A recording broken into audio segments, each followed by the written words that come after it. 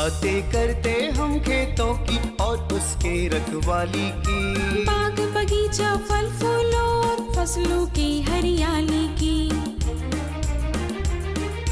हम बीजों की बातें करते उत्तम जल संसाधन की, हम तकनीकी बातें करते फसलों के उत्पादन की। हर किसान का सपना सच हो जीवन सुखद बनाने को, गाँव-गाँव के हर आंगन का प्यारा सा ये दर्शन। कृषि दर्शन, कृषि दर्शन, कृषि दर्शन, कृषि दर्शन, कृषि दर्शन, कृषि दर्शन, कृषि दर्शन, कृषि दर्शन। नमस्कार, मैं शशि स्वागत करती हूं आपके अपने कार्यक्रम कृषि दर्शन में। जब जब खेतों में हरी भरी फसलें लहलहाती है, तब तब हमारे किसानों के चेहरे में खुशी दुगुनी हो जाती है। भाई क्यों ना हो, क्योंकि हमारे किसानों की मेहनत और लागत उसमें छुपी हुई होती है। और हमारा ये कार्यक्रम हर बार सोचता है कि आपके लिए कुछ नई नई जानकारी लेकर आए, हर बार सोचता है कि आपको नए नए विशेषज्ञों से रूबरू कराते रहें।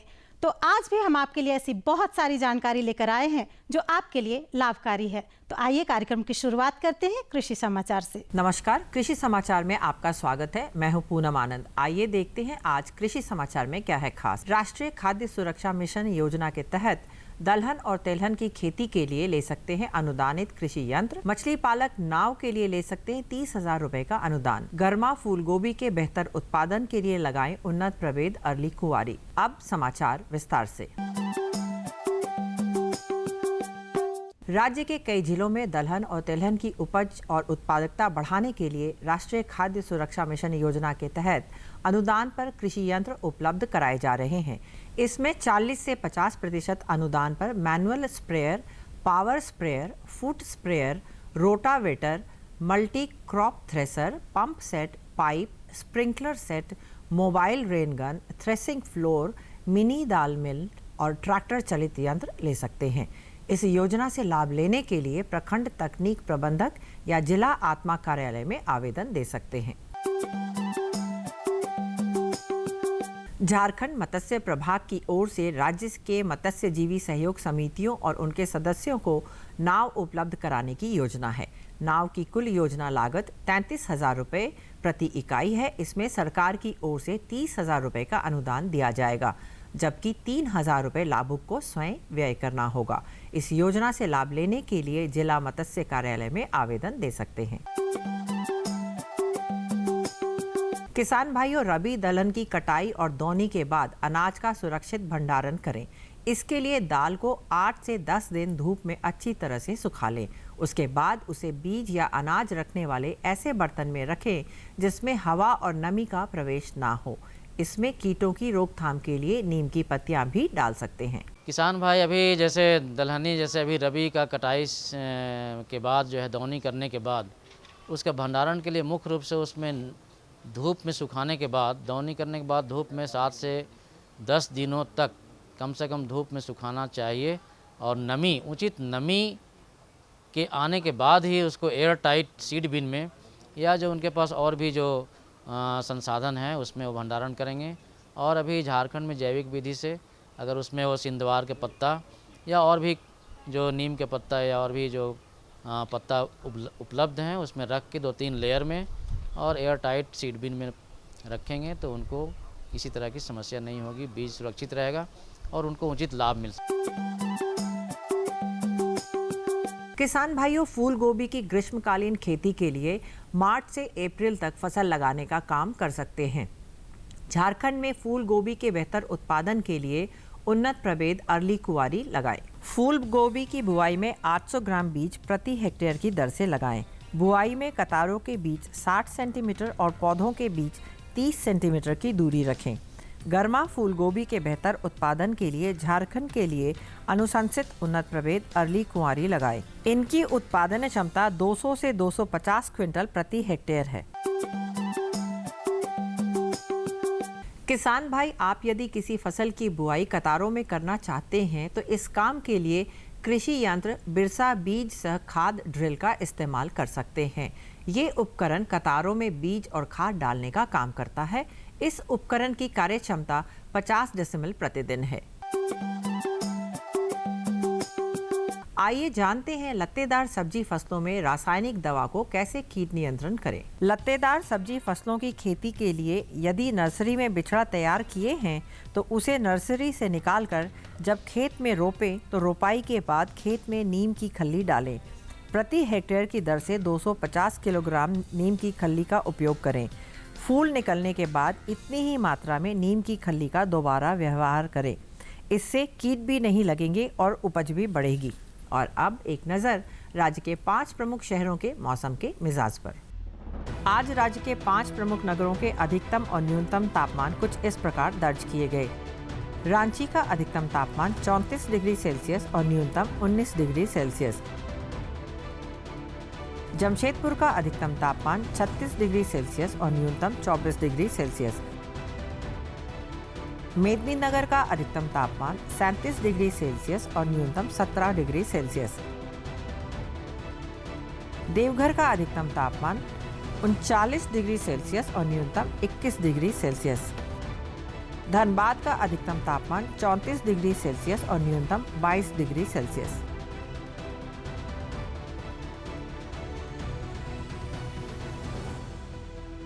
कृषि समाचार में आज इतना ही। अगले दिन अगले अंक में फिर मुलाकात होगी कुछ ताज़ा तरीन खबरों के साथ। तब तक के लिए दीजिए इजाजत। नमस्कार, जोहार।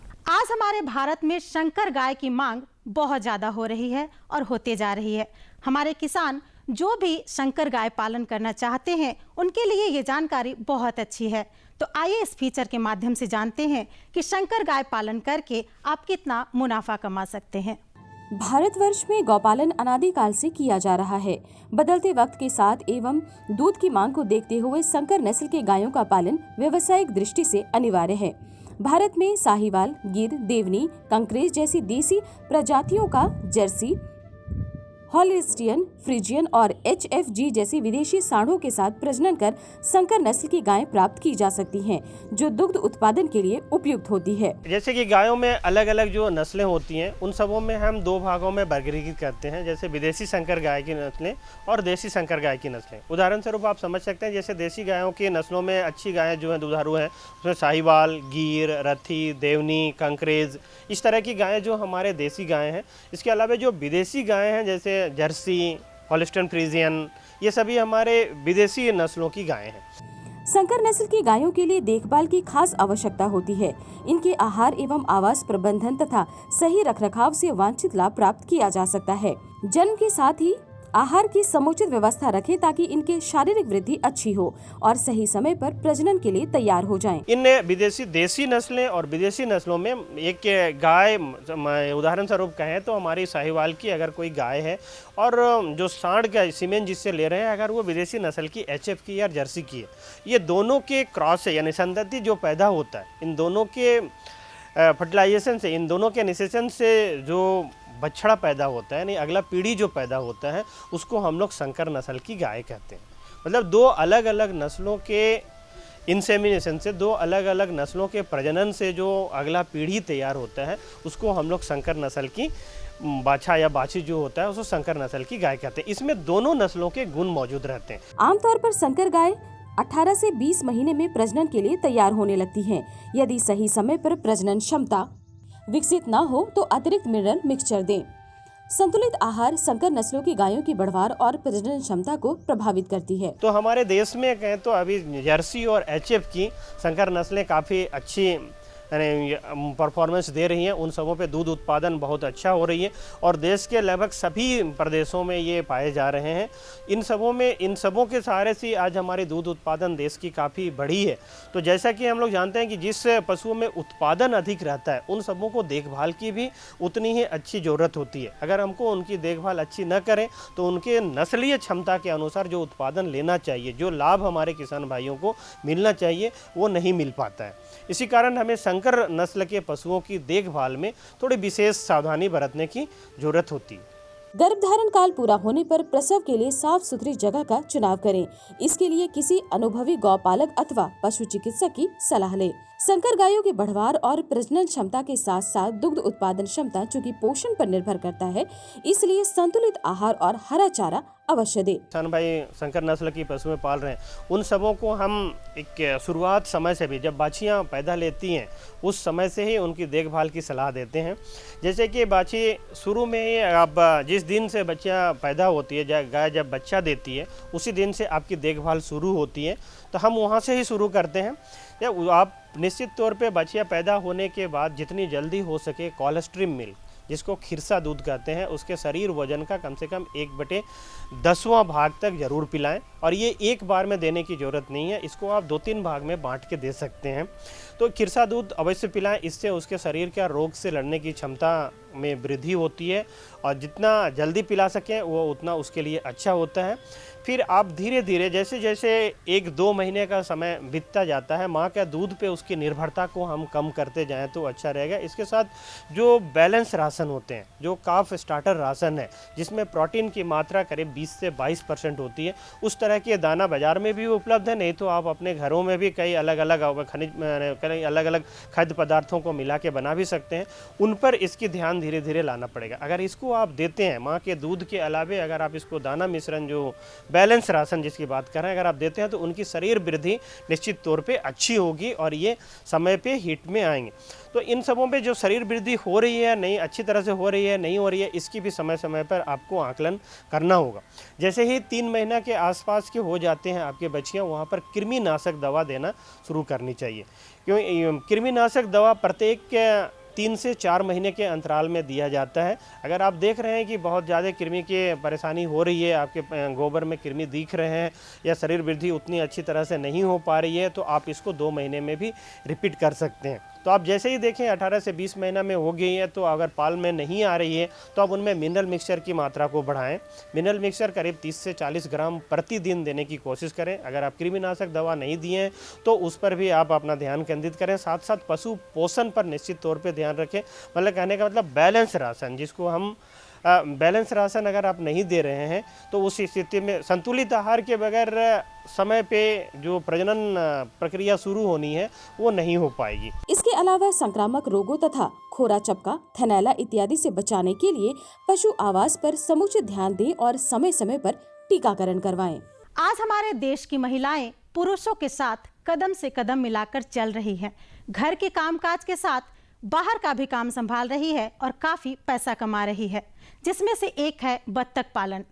क्या आपको लगता है कि बत्तख पालन करके महिला सशक्त हो रही है? जी हाँ, महिला सशक्त हो रही है। तो कैसे? आइए इस फीचर के माध्यम से जानते हैं कि बत्तख पालन से महिला सशक्तिकरण का क्या संबंध है। झारखंड में पारंपरिक तौर पर किए जा रहे पशुपालन और खेतीबाड़ी में महिलाओं की महत्वपूर्ण भूमिका रही है। हालांकि अतिरिक्त आय के लिए पशुपालन के साथ साथ मुर्गी पालन किया जाता रहा है, परंतु बत्तख पालन कर ग्रामीण महिलाएं न केवल आत्मनिर्भर बन सकती हैं, बल्कि यह स्वरोजगार का अच्छा साधन भी साबित हो सकता है। झारखंड की बात करें, खास करके ग्रामीण कृषक महिलाओं की बात करें, तो पशुपालन के क्षेत्र में जैसे बकरी पालन है, भेड़ पालन है, सुकर पालन है, मुर्गी पालन है और बत्तख पालन है। इन छोटे छोटे व्यवसाय को करके सशक्तिकरण किया जा सकता है। लेकिन हाल के दिनों में बत्तख पालन एक उभरता हुआ व्यवसाय आया है। अगर ग्रामीण महिलाएं, खास करके जो कृषक महिलाएं हैं, बत्तख पालन को अपना कर अपना जीवन को और सशक्त कर सकते हैं, क्योंकि बत्तख पालन मुर्गी पालन के अपेक्षा बहुत ही कम जगह, कम पूंजी पे इसको आसानी से किया जा सकता है। इसके अलावा इसका बत्तख का जो अंडा है 15 से 20% बड़ा अंडा होता है और इसका जो बाज़ार का कीमत है वो भी 12 से 15 रुपये प्रति अंडा प्राप्त किया जा सकता है। इसके अलावा अगर मुर्गी का अंडा देने की क्षमता और बत्तख का अंडा देने की क्षमता को देखा जाए तो बत्तख में अंडा देने की क्षमता बहुत अधिक होती है। ये वर्ष भर में 280 से 300 तक अंडा उत्पादन कर लेती है। इसके साथ ही इसमें रोग जो प्रतिरोधक क्षमता है बत्तख में बहुत अधिक होता है, जिसके चलते मृत्यु दर बहुत कम होता है।